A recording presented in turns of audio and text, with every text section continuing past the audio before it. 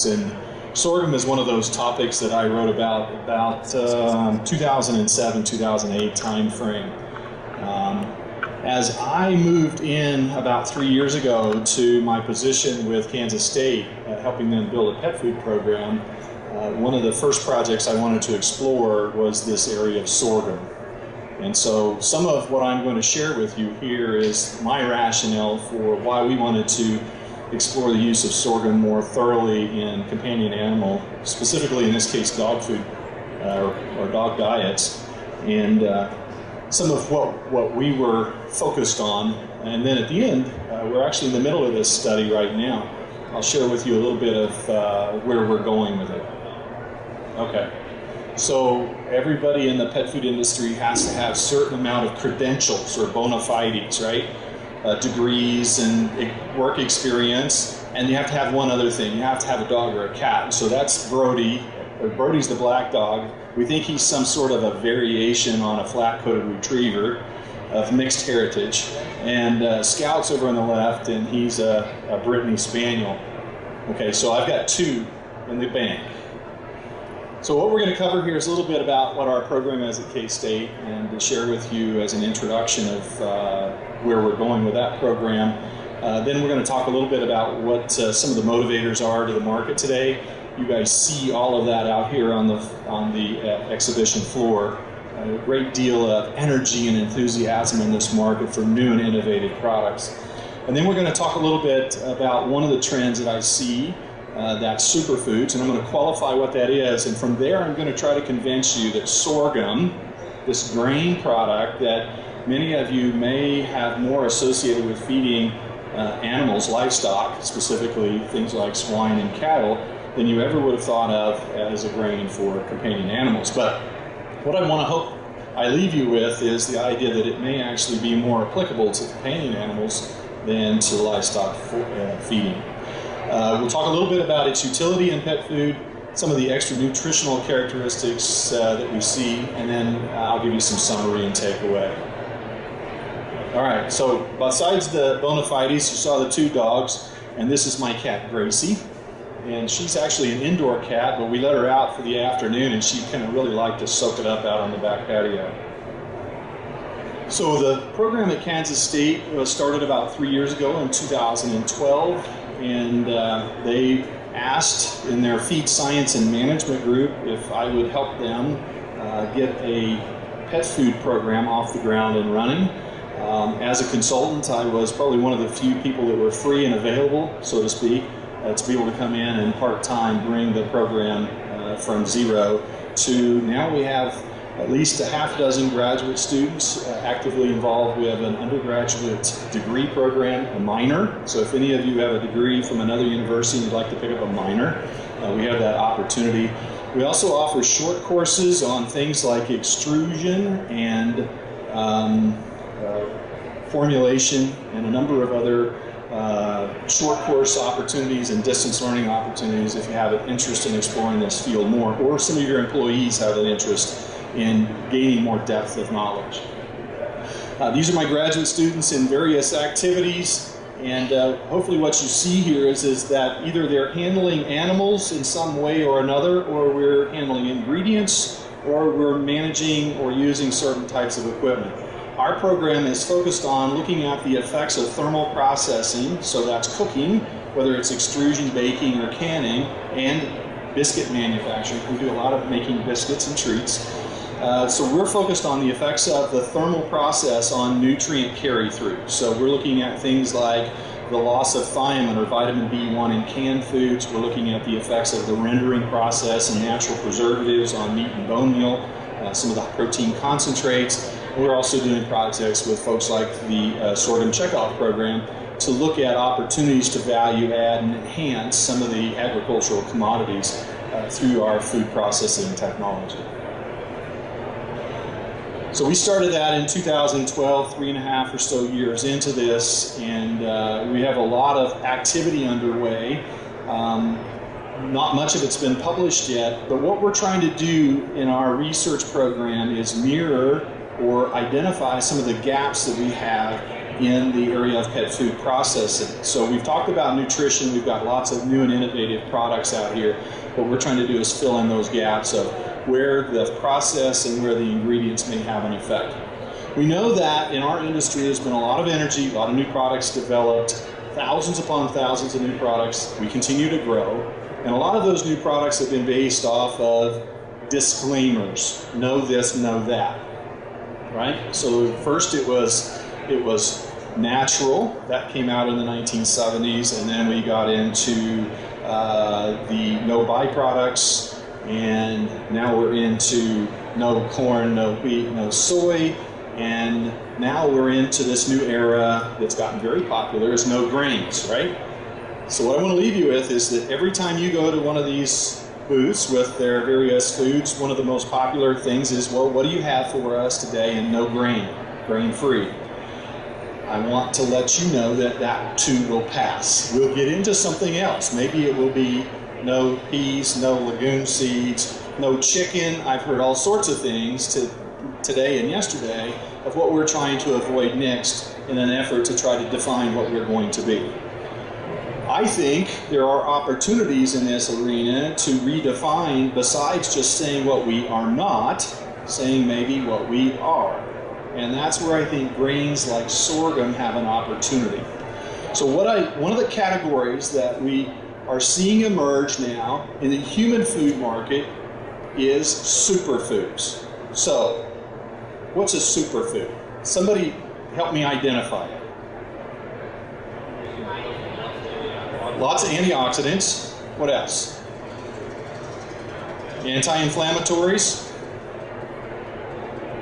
It's all those green things that your mom told you you're supposed to eat, right? You're going to avoid, right? Kale, green leafy vegetables. Okay. So, I'm going to go to Dr. Google. You know him?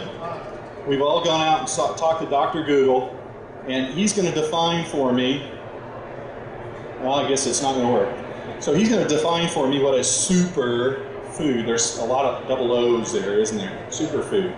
It's a nutrient-rich food considered to be especially beneficial for health and well-being.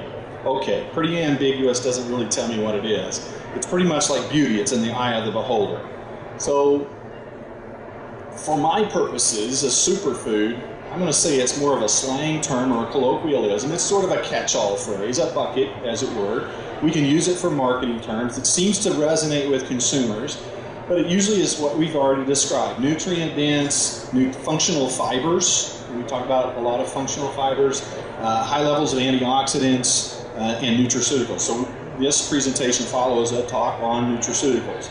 It's a very prominent area. We want to know about things that are not in our common diet that may help us with longevity, health benefits. A superfood may be all of the above. So what kind of things fit in those buckets? Well, we've already talked about it. Spinach, kale, all of those green leafy vegetables that most of us refused to eat when we were kids. The fruits and vegetables, or fruits, excuse me, things like pomegranate, blueberries, acai berries, beets have become very popular. In many cases, we talk about those things as superfoods are those ingredients that are dark in color, very colorful. And the color usually comes from some sort of carotenoids or other antioxidant nutrients. It's all part of the plant's defense system. In the legumes, we also are starting to see things like peanuts, beans, and lentils being considered as superfoods. The whole grains, quinoa, amaranth, and chia seed, we're talking about as superfoods. In the animal kingdom, there's not a lot that we consider a superfood. Probably the exception has been the popularity of salmon or some of the fishes, and that's primarily due to the omega-3 fatty acid content. Other superfoods that you may consider important in your diet, maybe or maybe not the right thing to do for our pets' diet, would be things like chocolate or cocoa, hemp, grape seeds or grapeseed extract, green tea or the ECGC, and seaweed or kelp. So the list goes on and on and on. And in many cases, I think the superfood list is everything that I wouldn't otherwise eat. Okay? So what I want to try to do is convince you that sorghum, a common grain, and I know in this world of grain-free that was just almost a swear word, but a common grain is actually a superfood. How many of you have ever seen sorghum in the field? Ever touched it, handled it, or what otherwise? Okay. So sorghum is a crop that is sown in the spring, usually once the temperature exceeds 40 degrees, the soil temperature that is. It works really good in a crop rotation with winter wheat. So you can plant it somewhere in April, May, June timeframe, depending upon your latitude. It grows very well in very arid climates, doesn't require a great deal of irrigation, as long as the moisture is around at the right time. It doesn't require a great deal of herbicides or pesticides. Where you'll find this plant growing generally will be in southwest Kansas. That's where I grew up, in the very flat, open areas, or the panhandle of Oklahoma, Texas, on into New Mexico. Okay? It is a crop that grows to about waist high, and it has a very large inflorescence with very small seeds. And the red little pieces there are the sorghum seed. And they're about 1.5 to 2 millimeters across in diameter. Very small seed. And that seed has a very hard pericarp and very flinty endosperm. The green portion there you see is the leaves, and they grow up first, and then the spikelet comes up through it in late season. And we usually harvest the plant somewhere late October through Thanksgiving. Sometimes you'll see combine still in the field after Thanksgiving, only if they've got so much ground to get across that they couldn't get to them. All right? So sorghum, its Latin name is Sorghum bicolor. It originates in northeast Africa, so it's derived from hardy stock, and it's also grown, or there's other variants that arise or come from the area in southern Asia. It's a cousin to millet, and we were having a conversation just a few minutes ago. It's actually a cousin to sugarcane, and it's the areole, the leaf part, that we would use during the growth period to create sorghum molasses, okay? The seed is really what I'm talking about today, and as a replacement for other starches in a pet product, whether it's a food or a treat. Sorghum is a perennial grass, commonly grown as an annual grain. So it will come up year after year, but we usually plant it as an annual, all right? As I've already mentioned, it doesn't need a whole lot of rainfall. 20-inch annual rainfall is really all it requires. So it fits really well into those countries where rainfall is limited and where we don't have irrigation. It doesn't require nearly as much irrigation or water to produce as corn or soy. Globally, it's the 5th most important grain crop after wheat, corn, soy, rice, and the U.S. is actually one of the leading producers and exporters. So there's about 60 million tons produced annually globally, and we actually produce and export over 20% of the world's usage. As a foodstuff, sorghum is rich in starch. So about 75% of the seed is starch, and most of that's from amylopectin. Amylopectin is a soluble starch that's easily digested.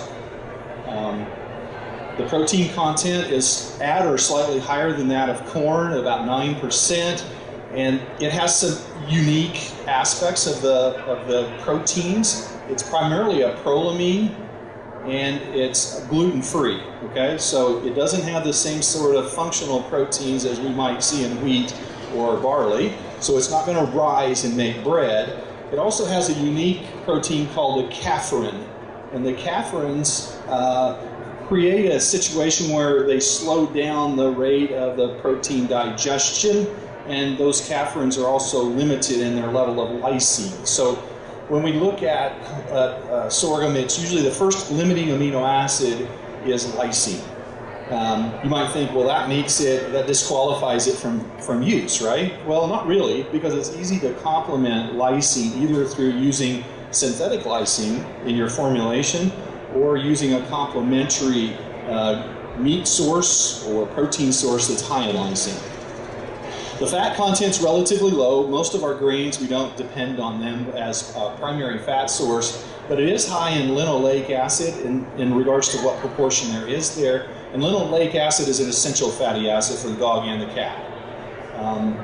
It does have small amounts of linolenic acid, C18-3. Alpha-linolenic acid is now being considered as an essential fatty acid, and that's one of those omega-3s from plant sources. On the fiber side, it has enough functional fiber to make it meaningful in the formula, and I'll show you some information here in a moment. Most of that fiber is an insoluble fiber using the TDF or English method, and it does carry with it some minerals, but not enough really to offset the need for supplementation. All right, so this is a little excerpt of some data out of a study by Sean Murray at the University of Illinois. And what we have is a nutrient composition here comparing sorghum, it's the second to the last column, with a number of other grain sources. And what I hope you'll see here is we're going to disregard the dry matter information, and we'll focus in on the organic matter. And organic matter is the inverse of the amount of ash or minerals. And we can see that sorghum is relatively low in ash when compared to some of these other. Potato probably has the highest ash of those starch sources. The protein level, as I'd already indicated, is similar to what we would see with corn and potatoes, and certainly less than we would see with wheat. The fat level at 2 to 3%. Starch level is really where we start to see the picture unravel or unfold, excuse me, for sorghum. It's a little bit lower in starch than you'd see in corn, as an example. The total dietary fiber is similar to between sorghum and corn. So hopefully I've left you with the idea here at this point that sorghum is similar to corn in nutrient composition, but it's not the same ingredient, okay? So if we're looking for some sort of an exchange rate, if we're in the no corn, no wheat, no soy category, sorghum would certainly be an option because it has a similar sort of characteristics. So we take that one step further, and this is by Bednar out of Illinois, and what you're going to hear is the University of Illinois coming up over and over and over. They did quite a bit of work in this area in the late 1990s and early 2000s. And we have up here several other ingredients. I've just pulled out or excerpted from this paper several ingredients. Peas have been very popular, so I pulled that data out to look at. We've got whole corn and whole sorghum versus corn flour and sorghum flour. All right? So let me first orient you to the topics here. This is rapidly degraded starch, slowly degraded starch, resistant starch. So first thing we have to understand is not all starches are the same. Some are quickly dissolved and digested, and some take a little longer to break down. That can be a function of the protein matrix that surrounds the starch granule. And as you may recall, I said that caffrins, these proteins that are found in sorghum, actually are a little slower to degrade or digest. They are the proteins that are binding or surrounding those starch granules within the endosperm of sorghum. So to take a look here, the rapidly digested, the slowly digested, and the resistant starch. Resistant is that gets to the large intestine. It resists digestion in the small intestine. We see that resistant starch is relatively high for whole sorghum. The slowly digested starch and the rapidly digested starch are lower for sorghum than they are for corn, but certainly higher than we see, for the rapidly digested compared to the legume seed like the pea. All right, so the next category is total starch, total dietary fiber, insoluble fiber, and soluble fiber. So Total starch is just the sum of all the starches, and this is by an enzymatic methodology, okay? So the peas are lower in starch than corn and sorghum. That's because they're high in protein, and that's why they fit in with a low glycemic diet, as an example, because there's more protein and less starch to be digested. All right? So once we take corn and sorghum and we pull the hull off of that and we turn them into flour, we've removed a lot of this fibrous material and we've increased the amount of starch. So total starch is going to go up. The total dietary fiber as well is going to go down as we mill those grains. The part that I really want to focus on here is that the corn has a very high level of TDF, total dietary fiber, and that's in that extra seed coat, right? That hull that's around it. But once we remove that, the TDF value goes substantially decreased. All right. So the insoluble fiber, that's the bulking fibers, the fibers that help push the digestive through the GI tract but are relatively inert. They are not fermentable.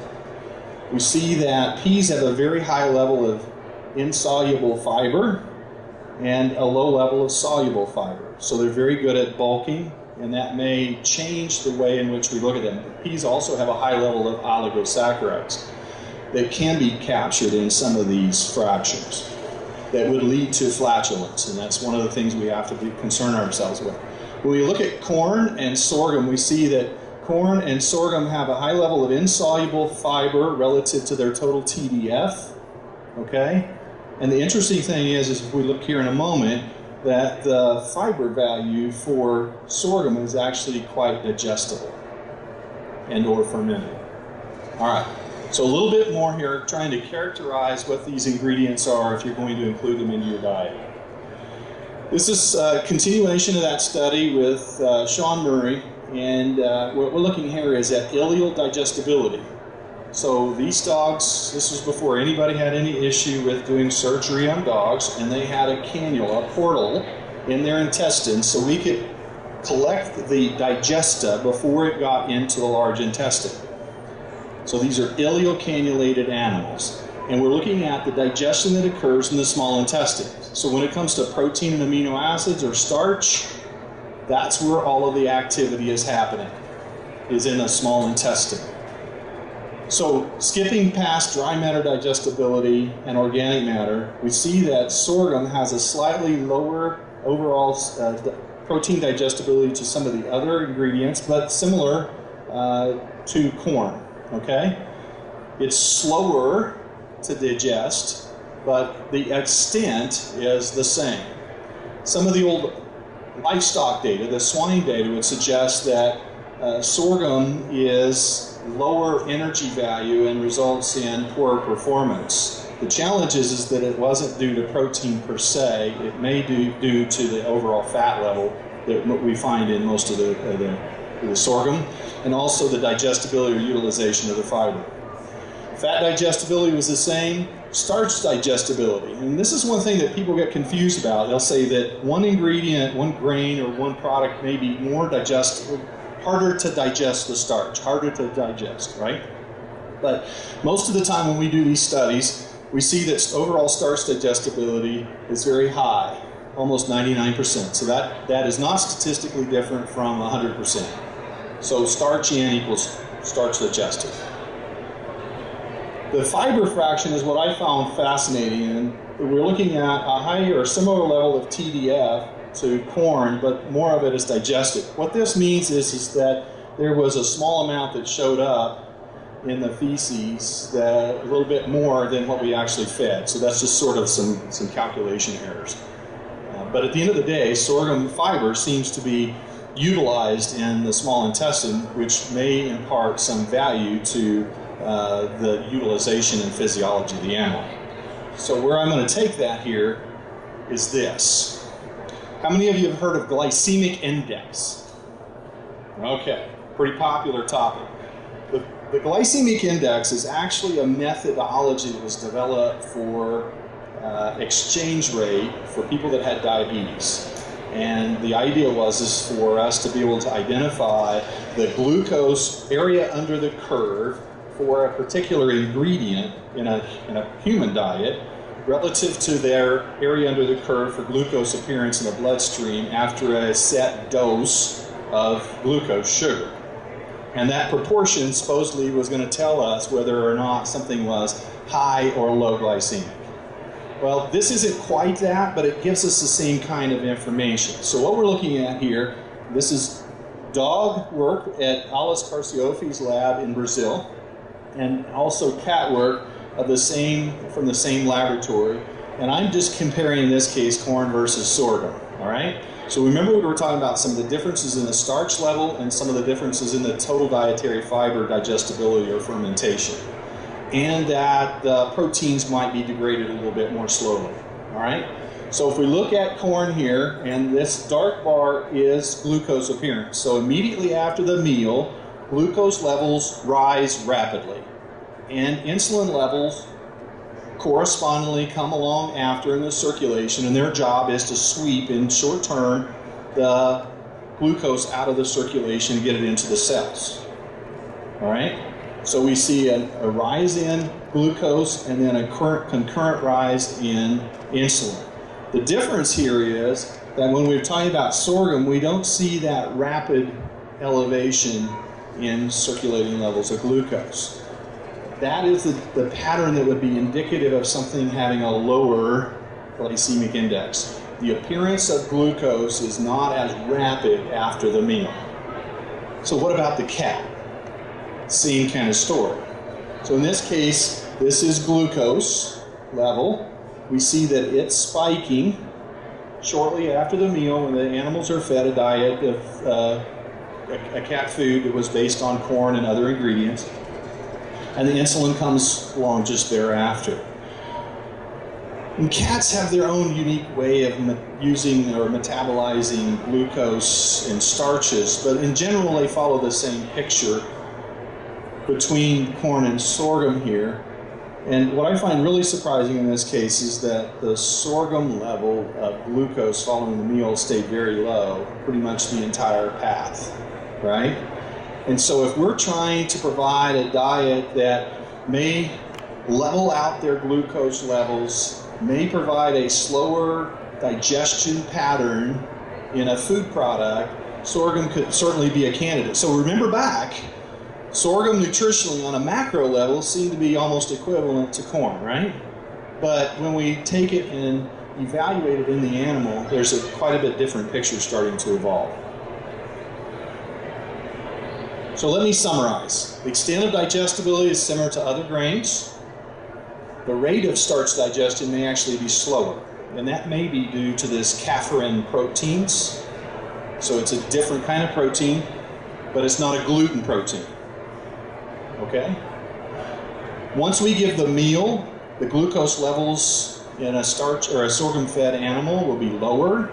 We have a longer time to peak insulin and glucose curve, and we've got that data supported in a number of studies at university laboratories.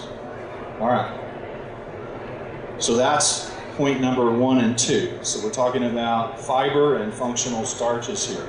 The other part of sorghum that is really fascinating, and more fascinating to me than just this digestion story, happens at the surface, and that's at the seed coat.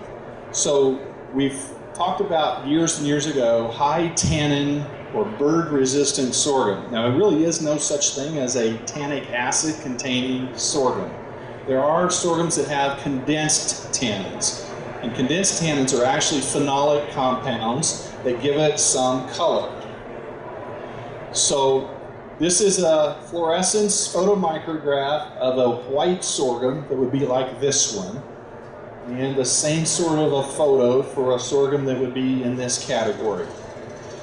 The difference is this area between the exterior and the interior. This is the endosperm. So this is where the starch and flinty layer is. This testa is where the color hangs out. And those colors are really what we're trying to find out. That's where the story really is when it comes to sorghum. because those are condensed tannins or polyphenolic compounds called proanthocyanidins. Now, this is a large bucket of unique molecules that have antioxidant capacity as well as some other functional characteristics. The condensed tannins are a variety of these polyphenolics. Some have been able to be exploited for coloring, so we can get that dark black color and use it as a color agent. We know that those tannins can have some influence on overall digestibility, and some of you can consider them as anti-nutritional compounds. These are what they look like to the chemists, and the point I want to make here is that across the board, they all contain this phenolic ring. And in biochemistry and in antioxidant nutrition, this is where all the action happens, is in that ring, because it can capture a free radical, an unpaired electron, and it can neutralize it. They call that resonance delocalization. So there's two basic families of these proanthocyanidins that we find in sorghum, either from benzoic acid or from cinnamic acid. And it's these three characters here that I'm most interested in: paracoumaric, ferulic acid, and cinnamic acid. They have very potent antioxidant capabilities, and there's some work to suggest that in certain diets they may actually be anti-carcinogenic. There was a recent paper by Gu and co-workers that would suggest that it will inhibit the growth of CACO2 cells. CACO2 cells are a progenitor cell that mimics colon cancer. So they may actually inhibit cancer formation, and they have a lot of other purposes that we may want to explore very soon. Okay. So the other piece that I want to share with you is that, and I don't know if you can see this in the back, so I'll try to illustrate best I can. What we're looking at is ORAC, O-R-A-C. That's oxidative reduction analytical counts. And in essence, it's a measure, an in vitro measure of oxidation capacity or antioxidant capacity. So, you know, we talk about these antioxidant fruits and vegetables. So here's plum and broccoli and carrot, and those are probably the best. Here's blueberry, okay? So the value here of micrograms per gram of TE, which is tocopherol equivalents, we see that something like blueberry has an 842. That's pretty high. We think those qualify blueberries to be a superfood. But here's where we land with simple red sorghum, which is a product that we might be able to buy today in the marketplace, and the brand of that is higher in these antioxidant equivalents, or similar to that of what we find in the blueberry. So the idea is that not only do these phenolic compounds may have some benefit in the lower GI, they may have some benefit to other health issues, but they're also a very potent antioxidant by themselves. So that's generally the big story. How does it work into a diet? Well, frankly, it works quite well. I can use sorghum as an exchange item in a diet that would have corn, wheat, or barley, or oats, or potatoes, or peas. It's a very functional starch during extrusion. These are some pictures of the various fractions. This is from a project that we're getting ready to finish. So this was the whole sorghum, red sorghum. We ran it through our flour mill. It was ground, and then ran it through the flour mill and separated out the bran and the sorghum flour. And this is what the foods look like afterwards. The brown and the green are just a marker that we're using to help us do the digestion work. Okay, so they're otherwise the exact same formulas. And I think you can see here real quick, the control was using rice, wheat, and corn, combination of grains. And the flour actually expands better than those individual grains, and the whole sorghum expanded quite well. So it's a very functional starch ingredient that we can use quite readily in pet food formulation. And the ingredient can be available in the market. We know how to manufacture and mill that. It is gluten-free, as I'd already mentioned, and it is a non-GMO ingredient as well. Okay. So the reason we can do that milling is we have a whole complex at Kansas State University called Howrah's Flour Mill. This is our grain science complex up in the left corner, where we have extrusion lab, a feed manufacturing facility, a flour milling facility, and we can turn big pieces into small pieces. Okay, so we can take sorghum and harvest those fractions. Where we're headed with this is we've taken those diets and we're feeding them to dogs, and we're looking at the overall digestibility. This is the nutritional composition of those flour fragments that we were working with, and you can see the crude fiber level in our bran has increased. I will tell you that so far in our study, the dogs eat it quite well. They like the flavor of the diets containing the sorghum. It does have a nice nutty flavor. It will feed well alongside a corn or wheat-based diet, or potato or pea or others. It probably has more flavor than some of the legume seed diets that you come across, all by itself. Okay, so I want to leave you with my position that sorghum is a superfood. We said that it had to be high in antioxidants, it had to have some nutraceutical benefit, it had to have functional fiber, and hopefully you're convinced thus far, even though it's not a grain-free ingredient, that it certainly fits all of those categories and should merit some sort of consideration in modern pet diets. The area that I, as a formulator, can see it fitting quite well if you're positioning products either in this low glycemic category or slow to digest or controlled digestion, starch utilization, or if you're positioning products for non-GMO, or possibly as a part of an ancient grain strategy along with amaranth and quinoa and kamut and some of the others. It does process well. The protein quality, the nutritional quality is alongside any of those diets out there. And if our work proves out at K-State the way I expect it to, what we're going to see is that it has an appearance of these phenolic compounds in the circulation of the dog, and that we're going to see some retention of those nutrients in their bodies for benefit. Now, we'll have to take that as the next step, but right now we're in that dog feeding study. That should be done at the end of August, and hopefully we'll have an opportunity to come back and talk to you about those results next year. A couple of things to leave you with before I stop to take questions. On August 10th, we have a short course on formulation and nutrition, and there's actually a hands-on example at K-State, and then the day 2, 3, 4 after that, August 11 through 14, we have an extrusion short course that's taught by my colleague Dr. Sajid Alavi, and you actually get to go in hands-on and operate the extruder. So if you have an interest. We also have a program on the slate now for October 28th through 30, where we'll have a hands-on demonstration. There'll probably be an opportunity to experience sorghum crisps firsthand in a treat manufacturing exercise, as well as a review of all of our research from the university. So save those dates, come see us in Manhattan, and that's my other bona fide, that's Riley. So he's making sure I'm on my calendar. So with that, I will answer any questions you might have.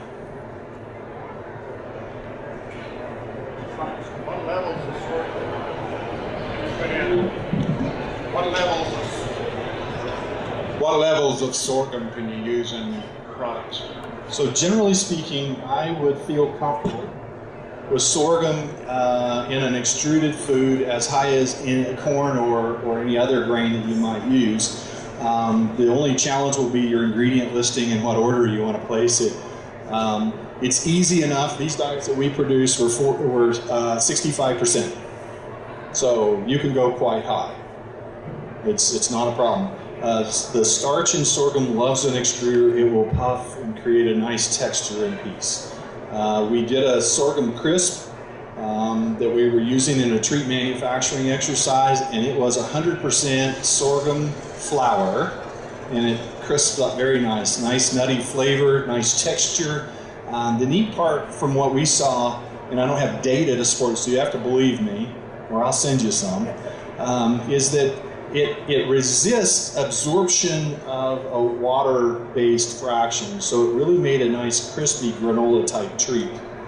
Because a lot of puffs will, you know, you guys have cereal, it soaks up the milk, right? This creates sort of a glassy barrier on the outside, which was kind of neat, kind of novel, and it allowed us to keep a crispy kind of treat product. How were the crisps made? Did you extrude them or bake them or what? The crisps were made by extrusion. So we took sorghum flour through a Winger 525 extruder and a specially made die with a certain land length, and that's where the intellectual property sits. But we were able to use that very small. It was basically a slit, so it wasn't round, slit die. And they just made little Rice Krispies. They were beautiful. So very crisp. Only they weren't rice. They were sorghum crisps. There you go. Go ahead, Dave. I know that you had shown a couple slides back the brand, but it had quite a high protein level. Yes. How is it that there's protein in the brand? Oh gosh, come back.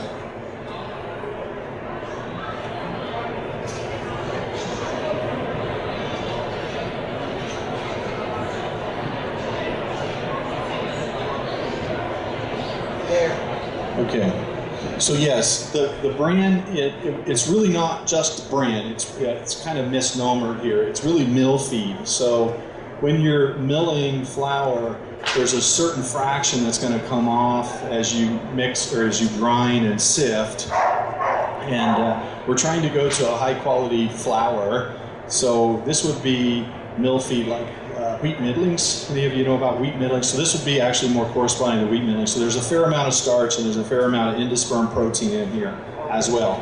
We can go to that next level and create a true brand and remove the starch out of there. But then my yields are so low that I wasn't going to have enough to run the experiment. And I still needed a certain amount of starch in that mill feed so that we would get the expansion we needed in the kibble. The third piece is that I need to be able to control the bran as a portion of the product, because otherwise those dogs would be, I'm trying to think of something fun to say here, but they'd be pooping too much. You get the picture, right? Yeah. Go ahead, yeah. Along those lines, have there been any efforts to try to make sorghum a vegetable or a protein source, like a protein extract, similar to what we eat? Okay, so the question is are they trying to make a meat analog out of it? Okay, or a restructured kind of product that looks like a textured vegetable protein? And to date, no. Most of the TVP type products, textured vegetable proteins, that look like a meat analog or either a wheat gluten, and you need that gluten protein, or they're a soy protein, and you need that unique sulfur and hydrogen bonds to be able to readjust to make those textures. We've not looked at that in sorghum. I think we need to put that on the list, though. But I think with these caffrins, there's probably an opportunity to exploit that, but we've just not gone there. Yeah, good question. Great question. Any others? Dave? How about the, maybe you had it in an earlier slide, I came in late, but how about the amino acid profile of the protein? Is it very good quality? Yeah, generally speaking, so the question is about the amino acid profile of the grain itself, and generally speaking, it's a very high quality. Every grain, corn, rice, all of them suffer from some limiting amino acid. And in this case, the type 2 protein that is associated with caffrins, the prolamines, are deficient or low in lysine. When I say low, it's not that they're zero, but they're insufficient to support full growth in an animal. And so we're going to have to supplement that, number one, or we're going to have to complement it. So the first limiting amino acid is lysine. The second limiting amino acid will be leucine and tryptophan. Okay? But that's very consistent with most grains. There's always a limiting amino acid. Okay?